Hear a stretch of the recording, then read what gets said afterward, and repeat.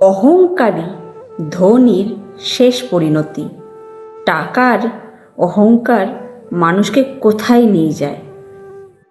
নমস্কার বন্ধুরা, আজ আমি আপনাদের এমন একটি গল্প শোনাবো যা আমাদের শেখায় টাকা মানুষের জীবনকে সহজ করতে পারে, কিন্তু অহংকার মানুষের জীবনকে ধ্বংস করে দিতে পারে। একটি গ্রামে রমেশ নামে একটি ধনী ব্যবসায়ী ছিল। তার বড় বাড়ি, দামি গাড়ি, অনেক জমি ছিল, কোনো কিছুরই অভাব ছিল না। কিন্তু তার একটা বড় সমস্যা ছিল, সে খুব অহংকারী ছিল।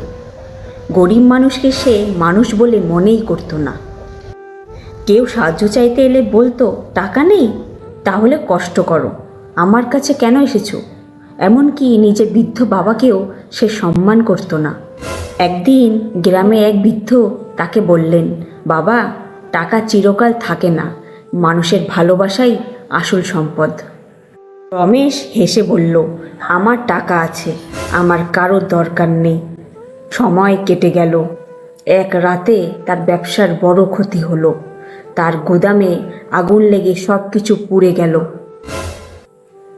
ব্যাংকের ঋণ বাড়তে লাগলো।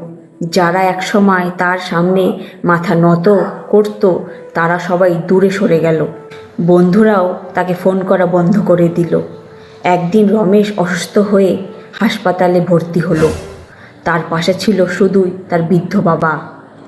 বাবা তার মাথায় হাত রেখে বলল, আজ বুঝলে তো, টাকা মানুষের পাশে দাঁড়ায় না, মানুষের পাশে মানুষই দাঁড়ায়। রমেশ কাঁদতে কাঁদতে বলল, বাবা, আমি ভুল করেছি। টাকার অহংকারে আমি সবাইকে কষ্ট দিয়েছি, আমাকে ক্ষমা করে দাও। বাবা তাকে ক্ষমা করলেন।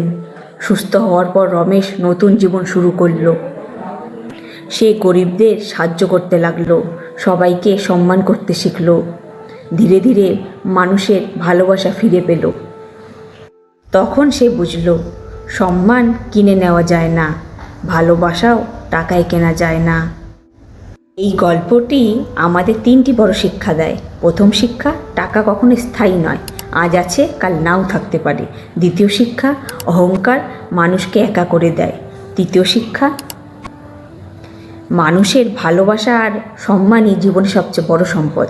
মনে রাখবেন, গাছে যত ফল ধরে, ডাল ততই নিচু হয়। মানুষ যতই বড় হয়, ততই বিনয়ী হওয়া উচিত। বন্ধুরা, যদি এই গল্পটি আপনাদের ভালো লেগে থাকে তাহলে ভিডিওটি লাইক করে সাবস্ক্রাইব করে আমার সাথে থাকুন।